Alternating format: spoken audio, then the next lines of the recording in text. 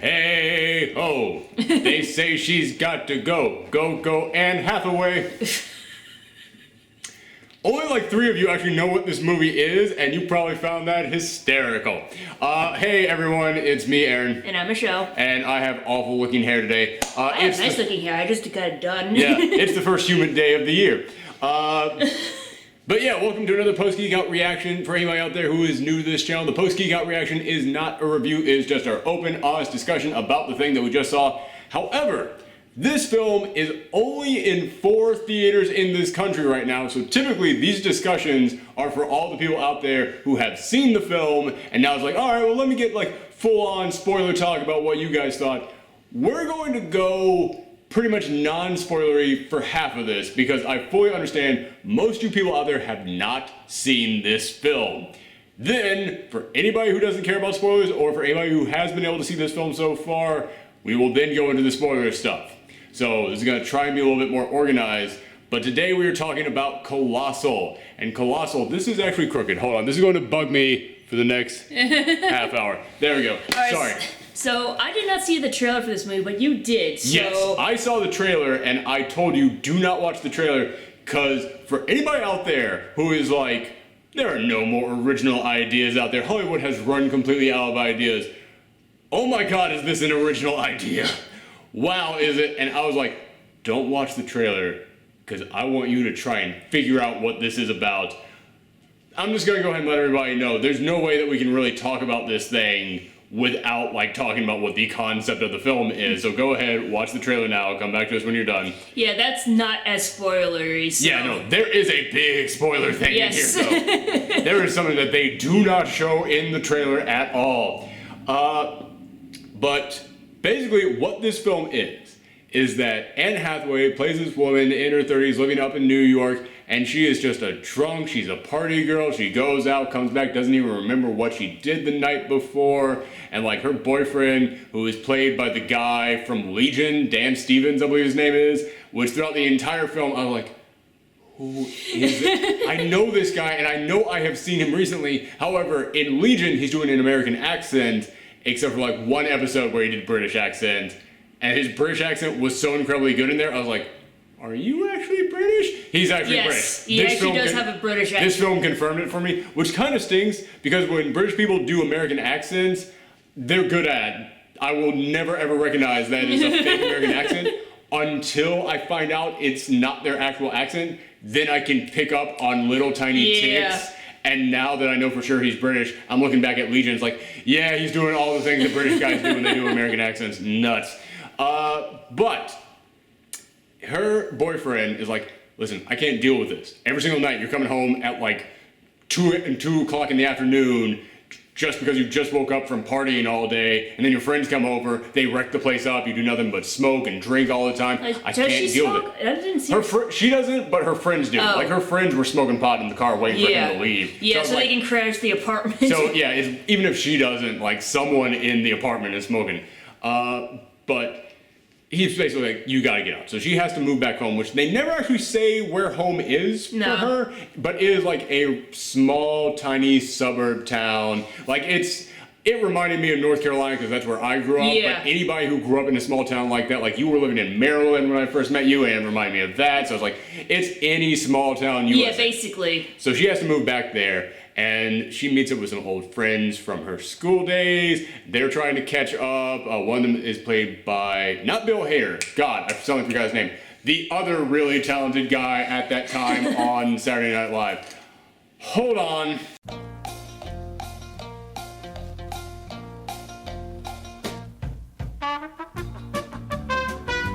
Jason Sudeikis, that's his name. I cannot believe I forgot that, because all throughout this film I was like, Jason Sudeikis is doing a great job. Man, Jason Sudeikis is really good in this film. I'm going to remember Jason Sudeikis. He's a really famous guy. It's not like I forgot some obscure guy's name here. But basically one of them is played by Jason Sudeikis. He runs a bar that his dad used to run.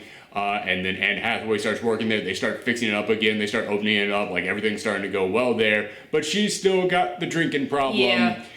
And one night after stumbling back home, suddenly she wakes up and discovers a giant kaiju attacked Seoul, South Korea. Is that how you pronounce it? Seoul? Yeah. Yeah, okay. It attacks South Korea, and it's like, it's horrible, it's this terrible thing. Next day, she stumbles home drunk again. The monster attacks that same city once again and just appears and then vanishes mysteriously. And then one day, she's watching the actions of the monster on there after she got into an angry phone call with someone, and the monster... With Tim, her ex-boyfriend. With Tim, her ex-boyfriend. Yeah. And the monster has its hand up to its face like this, then it throws this invisible object the same way that she threw the phone, and then it starts walking around the city with something over its backpack, like how she was holding this giant sack she was carrying that day. I was like... So she was starting to put the pieces together. That's when she puts the pieces together, and it's like, I'm the giant monster. For some reason, I just turn into this giant creature and destroy this one town in South Korea. Like, I don't know if she, like, really turns into one, like, she... That's what she's, like, yeah, it's just... Basically, she acts a certain way in, like, a certain location at a certain time. Here's the thing. She's real smart about this. She starts putting all the pieces together on this. She starts putting, like, what was I doing that day? What was I doing that day? What are the things that have in common with this? Mm-hmm. And slowly she's able to realize it's this park. It's this tiny playground. This tiny playground, and it's at 8:05 a.m. every single morning. If she goes into that park, into that playground at 8:05... Yeah, she basically, a giant monster also appears in Seoul. And at the exact time it does. And whatever she does, it does. Yeah. So basically she has then realized all the rules, which it's actually pretty smart how she's able to put all this together, and it's not so smart that you look at it like there's no way you would figure it out. It's like, no. Mm-hmm. It's like you look at all the information she has, how she breaks it down, it's like, okay, she's actually able to figure this out. And from there, this is when we're going to kind of stop talking about the plot of this, but I will say I got the feeling like this was going to be some kind of thing where, like, the monster is like her anger or it's her negative behaviors, and like she realizes she has to clean up her act, or maybe she has to get her frustrations out on her position in life, and that's how the monster's appearing. Like, and all this stuff. I thought that the monster, like, I thought the monster appeared whenever she became drunk. Yeah. So I thought, like, this is basically her manifestation of her alcoholism. Yeah, I thought that's what it was going to be too. Like, there were so many ways I thought this was going to go, but she goes to the park the next morning after revealing to her friend she's the monster. She is able to, like, show them, like, proof of this, and it's like, I love that as crazy of a concept as this is, she was able to have, like, really solid proof right away. It's like, no. Here's a live feed that someone set up of the location where the monster always appears so that people can monitor it, which is like, yeah, if this was happening every single morning in the same location, someone would do that online. That makes total sense. And she's able to then go in the park, she does some actions, and the monster does that. Yeah, like she starts dancing, and then the monster dances like that. And people were just like, and her friends were just like, they instantly believe her. And it's like, that's great. This story is moving along. This story is not doing like the token stuff where it's like, oh no, this is a crazy thing and no one will believe me. It's like, no, if you present someone with solid proof like this, they're going to believe you on it. And from there, as she is just goofing off and drunk there, like a little helicopter hits her in the head, and she goes, wait a minute, what was that? I just felt something. Like a helicopter just crashed in your head. It's like, was the pilot in there? And you go, yeah. He goes, I don't want to be here anymore. Like, it hits her then in that moment. Oh my God, I'm killing people by doing this. I thought this was going to be a thing when she's like having fun being out of control as the monster for a little bit, and then slowly she learns. It's like, no, the moment she realizes people's lives are, they're just like, oh, this isn't a game anymore. I don't want to do this anymore. And she's like freaking out about where to step, how to get out of there. Yeah, like I think she like did research to like make sure she like stayed in the road on the streets. On the river. Yes, on the river, and it's like she. Actually, like you said, she actually did like a lot of research on this. Yeah, like, she is actually pretty smart about this. Yeah, so like she made sure like whenever, like next time that happened, like she would not be in a safe area. Yeah, be in a safe area, and like she actually like Oscar. That was the name of the guy who owned the bar. Yeah, okay, Jason Sudeikis' his character. Yeah, like basically he knows someone who knows Korean, so like they've gave her a piece of paper saying like how to spell out in Korean, I'm sorry, this will never happen again. Yeah, so like the next time she became a monster, she waited for all the people to evacuate. Yeah. And then like she wrote in the street Korean saying, I'm sorry, this happened, I won't do it again. Yeah, and it's great because it makes her a far more likable character. Mm-hmm. Because they're trying to sell you that it's like, oh, she's out of control, but it's like, she's not a monster, despite that she becomes a monster. It's like, no, if she realized anybody with any sense of humanity to them, if they realize I'm putting people's lives in danger by doing this, they would feel bad about it. They would not want to do it anymore. So yeah, it's great establishing character for her. So I also like how like the people around also like sort of like connect the dots, but like without actually knowing that it's her. Like I remember like one scene is like, hey, I think this monster isn't real. Like I think someone is controlling it because it's not looking down when it walks. And yeah, there's she has a group of friends at the bar, and like they actually started bringing up really smart stuff about this. And like one of them was like talking about how it's like it has to be a robot because it's not looking where it's going. Like even as it's just crashing through buildings, it's walking straight without even looking down. It's like I would never have thought about that. That's actually a really smart observation. Or like after she writes down Korean, I'm sorry, this will never happen again, he brings up something that I never would have thought, which is like, what are you gonna do about the guy at the Korean restaurant who translated this for you? Don't you think he's going to find it odd that this monster, the next day after you gave him that, then wrote in the ground the exact thing you asked him to translate? And it's like, don't worry, I had him translate about 10 different things, so that way it would throw him off. It's like, wow, they're actually pretty smart about this. And like another thing is like after the monster wrote I'm sorry, like there was a guy at the bar that said, hey, I knew that was a good monster. I love that. I love that guy so much. His name was Joe, I think it was. Yeah, it's like this old guy at the bar. He goes, I knew it. I knew it was a good monster. I was like, that is such like a like, because this is also kind of like a commentary about like giant monster films. Yeah. It's like there's always the good giant monster and always the bad giant monster. And I love that despite the fact that this thing has just been showing up and destroying the city for a couple days in a row now, there's still that one guy who's like, no, I know how this works out. I've seen the movies. There's the good monster and the bad monster. I knew that was the good one. Yeah, it's a lot like the commentary on like the Godzilla movies. Oh, totally. And but for a reason that I'll get into in the spoiler part of this. But yeah, so I gotta say, Jason Sudeikis is amazing in this. He is absolutely amazing about this. I'll talk a little bit more about that in the spoiler talk, but this is actually the best performance I've ever seen him give. Like, I've always looked at him as like, he's kind of like Bill Murray in his early days, when Bill Murray just showed up to be the jokey fun guy, and that's it. But, you know, he never really broke out on his own until he started getting, like, into some more serious and more variety. This is that first step in Jason Sudeikis' career in which I'm like, this is when you get serious. Like, this was a damn good performance on his part. Anne Hathaway, I think she does a great job when she has to get, like, more dramatic, more emotional, like, actually showing her feelings towards all this.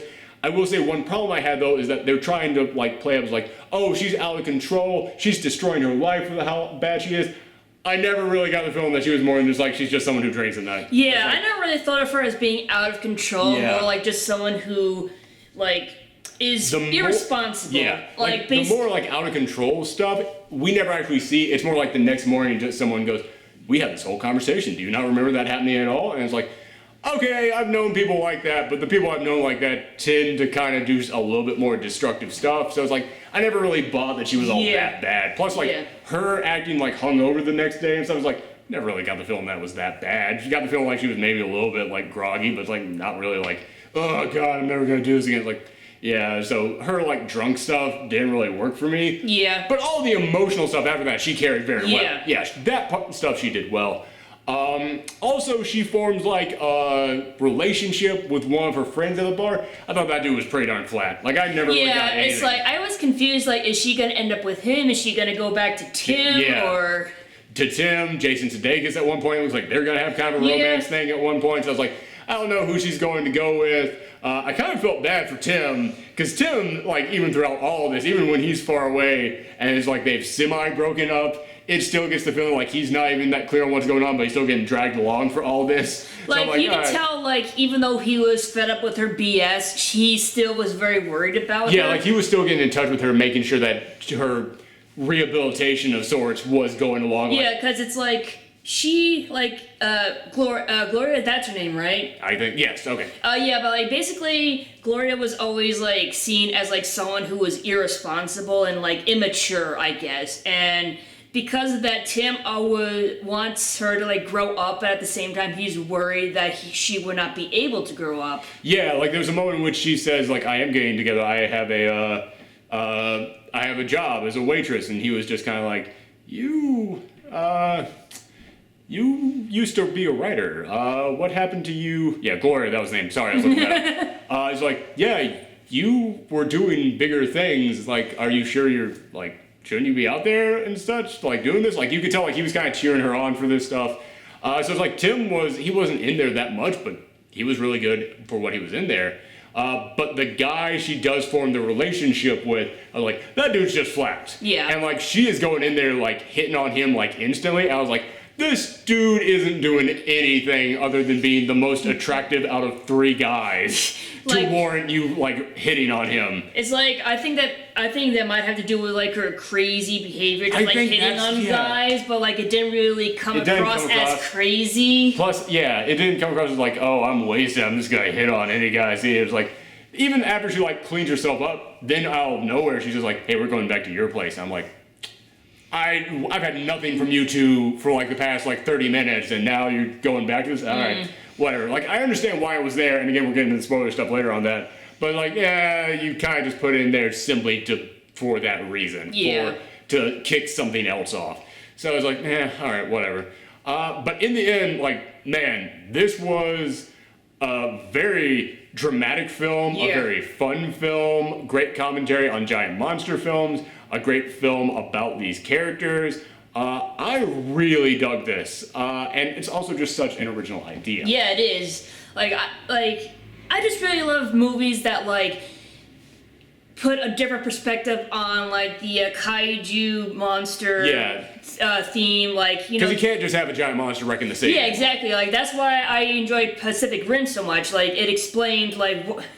Yeah, it goes into, like, details about, like, no, monsters aren't attacking. Monsters attacked, like, 20 years ago. This is what we have been able to do in that time. This is, like, our fight back against it. Plus, like, Pacific Rim was trying to be campy. Yeah. Like, it wasn't really trying to be, like, scary or anything. No. That's also why I loved Kong, Skull Island. Yeah. Because it was like, okay, it's gonna be like these guys going in fighting King Kong. It's a metaphor for Vietnam. Yeah. Did not see that coming. Holy cow. So yeah, this is one of the best giant monster films I've seen. Well, giant monsters are making a comeback. Yeah, and Can you believe that? That's pretty awesome, and it's like it is making a comeback because people are, like, doing things differently while still keeping, like, the suspense and action and scariness in a way. So, yeah, this film is scary. Yes. But the fear does not come from the giant monsters. Again, we were talking to Mo about that. So yeah, really just blown away by this. And again, this is an indie film. And the special effects in here, they're not, AAA giant movie release stuff, but for an indie film, they're pretty damn good. I gotta give them that. So yeah, highly recommend it. Go check it out. Now, for anybody out there who has seen the film, or anybody who just doesn't care and just wants to go full spoilers on this thing, time for the spoiler talk. Yes. Halfway through this film, when she gets drunk and she collapses there because she's like, oh my god, I'm about to kill people by doing this, and she falls over and she's like, she destroys part of the city. Next morning she wakes up and she has a great dramatic performance there in which she is like, how many people did I kill? Like, she wants to know, and it's like, oh god, somebody's like, it wasn't just you. And Jason Sudeikis hands her the paper and says, it's not alone, and it shows a giant robot there, and that's when they figure out Jason Sudeikis went in there to grab her when she was drunk. He turned into the giant robot when he went in there, and for some reason it's just these two people. And later on in the film, there's some, like, weird explanation about, like, they went into this walled off area when they were a kid, they got hit by lightning while they were there, and they had these tiny action figures of the robot and the monster, which, that's one thing that they didn't need to add that part for me. They could have just said, like, no, these monsters are like their inner selves or something. Yeah. So I didn't really think that was necessary. That would also explain, like, her nervous tick. That was good. Don't get me wrong. I'm not saying that the whole going to place with the lightning bolt. I'm just saying the action figures. Like, that part I kind of was like, I know how the internet works. If these monsters were actual, like, action figures from 25 years ago, someone would have instantly gone, that's these. Yeah, the action figures. I have them on my shelf. Yeah, the action figure thing we could have done without, I felt. But that was the only part that I had. Yeah, but, like, the lightning strike, it would explain, like, why these two or the only ones able to like manifest And kaijus. also, she was going to school with like a school project where she had to build like a little model city. Yeah. And hers was of Seoul, South Korea, so it explains why it's there. Yeah. Also explains why it's in this park, because the jungle, whatever, the playground is in the same place that was walled off all those years ago for construction. Yeah, like the playground wasn't built there yet. Yeah. So they were going. It was some off limits area. Yeah. Yeah. So it's one of those things where it's like, lightning and some mystery walled off area doesn't there's no science to it, but it's enough like mystical voodoo that I'm like, all right, fine, it's something. The point of this movie has nothing to do with their origin. You just need to give them an origin. Works for me. Just give them a reason why they're Just give them a kaiju. reason, We don't yeah. need anything like incredibly accurate, Exactly. scientific. Okay, I mean There's- we're talking about giant monsters here. Also, this film is not even about the giant monsters. No. Because here's the thing. After Jason Sudeikis realizes he's the robot, he's been the nice guy, he's been the sweet guy, he has been awesome, all the others, he's been Jason Sudeikis. He's been that guy he plays. But there's a moment where she is where the guy she hooks up with tries to make out with her at the bar, and he comes in and he's pissed, he's like, no, don't you do this again, no. And part of me was like, is that guy gonna turn out to be like a rapist or something, and they're like trying to keep her away from him or something?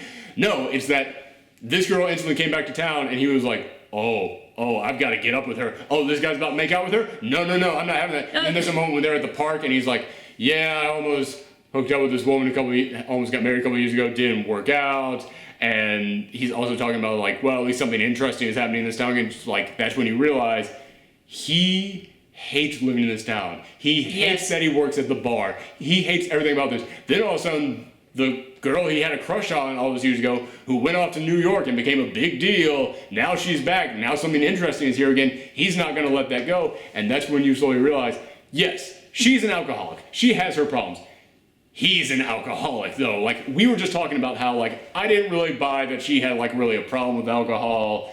Jason Sudeikis, you get that. Like, anybody who has ever been around an angry drunk before, he nails that. Like, he nails like the he part. is the angry drunk. Like Gloria is He's the basically like abusive drunk, too. Gloria is like the Party girl. the fun drunk basically. So like, but he is like anybody who has ever had like an alcoholic partner, an alcoholic parent, anything like that. Like, he nails that feeling of he is about to go off and do some horrible shit, and you don't know what he's going to do, but he could just destroy everything. And now he's like, there's a moment which she sees he's on the news as the robot. Yeah. After they knew not to do this, and he goes in and is like, what? Hey, we're just having fun. I made sure the air was cleared off. And you're like, get out of there. Get out of here now. Make sure something happens. Walks in there as the monster, and like she points, go. She points. And you hear people around her in the houses cheering, and that's when you know everyone is watching this, and it's so great because like you kind of get that feeling like in his head, like, oh, I get it. Everybody's cheering you on, everybody's booing me right now. It's like it's just playing into like all the anger that he has inside of himself, and like from there it just builds up, in which he's like, no.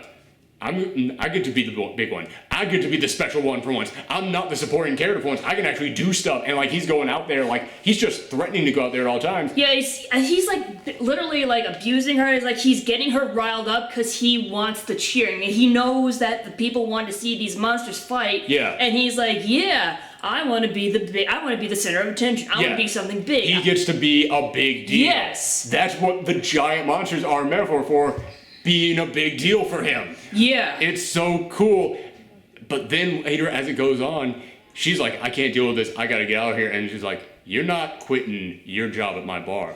If you quit, I'm coming back here at 8:05 tomorrow, and I'm just stepping around. And she knows she would be responsible for the death of thousands of people if she quits. And like, he does some sick, tormented shit. And he's like, but you can't leave. And I know you won't leave, because if you leave, bam, steps his foot down. It's like, there's a moment which she has to fight against him. Yeah, like this is the second time. Like the first time she just like slapped him and told him to leave, and he was like, all right, whatever. So like the second time around, it's like... Second time around, it's serious.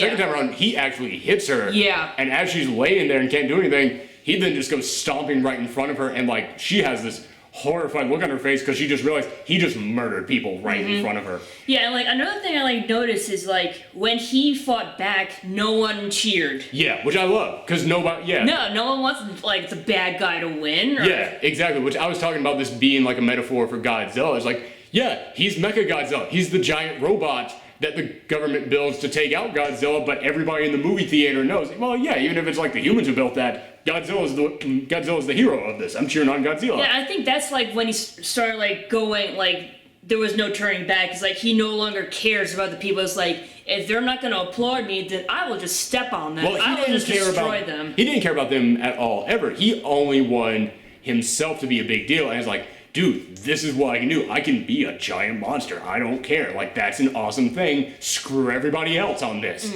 Yeah, it was just pent up rage from just being nothing his whole life, or just feeling like nothing his whole life. And man, Jason Sudeikis nailed that. I cannot stress that enough. Do not ever remake The Shining, but I know how Hollywood works. Someone's gonna remake The Shining, so if it's happening anyway, get Jason Sudeikis to play Jack Torrance. Holy cow, like, he was so Jack Torrance. And I was like, even with that beard that he had, and just that expression of just like, I'm just about to fuck stuff up right now. Like, at any time, man, he was amazing in this. Like, Anne Hathaway, I know can act. Anne Hathaway does a great job in here. As we said, the whole she's being drunk, like, I didn't really buy that, but all like the emotions that she put into, I might be killing people, I have to stop this, like all the emotions in that was perfect. She nailed it, but we know Anne Hathaway can nail that. Jason Sudeikis was the shocking surprise in this. He was great. I will trying to think of any other spoilery things. The best part though is when she comes home and he's just sitting there. Yeah, that was creepy. That was real creepy. And he's like, I'm gonna sit here and make sure that you don't leave. Feel free to go sleep, but I'm gonna make sure that you don't go. And it's like, she can't get away from this guy at all. And there's a moment when they start fighting back and she's hitting him with chairs and stuff. It's like, anytime that they fight in here, anytime that they hit each other, it feels real. It feels like they are beating the crap out of each other. Like, it is shot so darn well. And I love that there's a moment which he jumps out of the house to get away from her because they're trying to leave the house so that they can get to the park. And she knows that he gets to the park first, he's going to destroy it. So there's a moment which he jumps out of the house, lands in the pool, and she runs outside and he's like swimming through the pool, like just kind of bobbing up and down. Like, this is a monster film. Like, this is how like giant monsters, like a giant monster. Monster rising from the water. Exactly. That's what that was supposed to be. It's like, this is genius.